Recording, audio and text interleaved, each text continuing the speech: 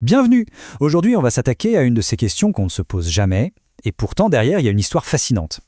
C'est une de ces infos totalement inutiles, vous savez, celles qui sont donc absolument indispensables.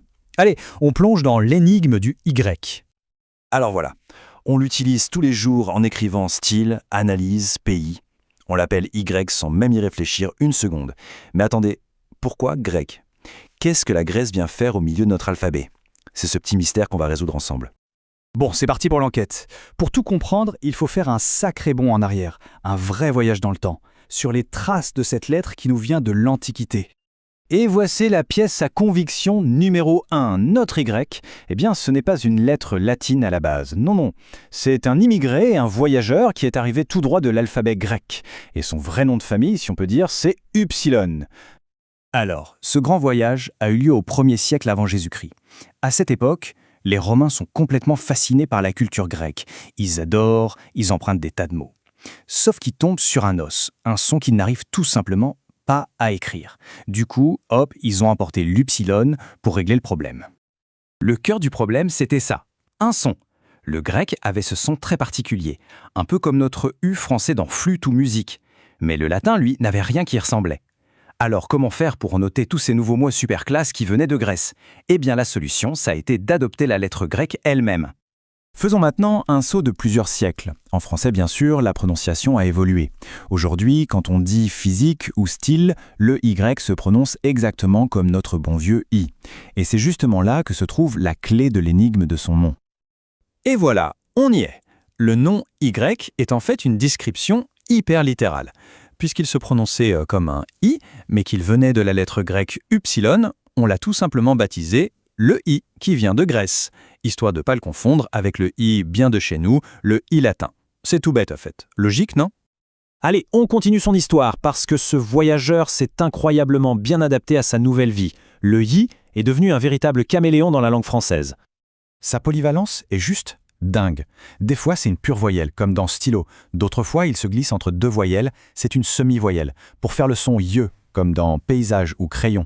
Et parfois, il se comporte carrément comme une consonne en début de mot, comme dans yaourt ou yo-yo. Aucune autre lettre n'a autant de personnalité. Mais ce qui est vraiment intéressant, c'est que pendant des siècles, on n'utilisait pas cette lettre au hasard. Ah non, elle avait un statut très particulier, une sorte de prestige. On la gardait presque précieusement pour les mots savants, ceux qui étaient directement empruntés au grec. Mythe, système, hymne. Le Y, c'était un peu comme une étiquette qui disait « Attention, origine noble ». C'était la trace ADN de son héritage grec. En gros, le hic n'était pas juste une lettre, c'était un marqueur culturel, un sceau d'authenticité intellectuelle. Voir un hic dans un mot, c'était savoir que ce mot venait de la langue de Platon et d'Aristote, la grande classe. Allez, pour finir, comme promis, quelques petites pépites. Des infos qui ont l'air de ne servir à rien et qui sont donc évidemment absolument indispensables si on veut briller un peu en société. Petite anecdote historique.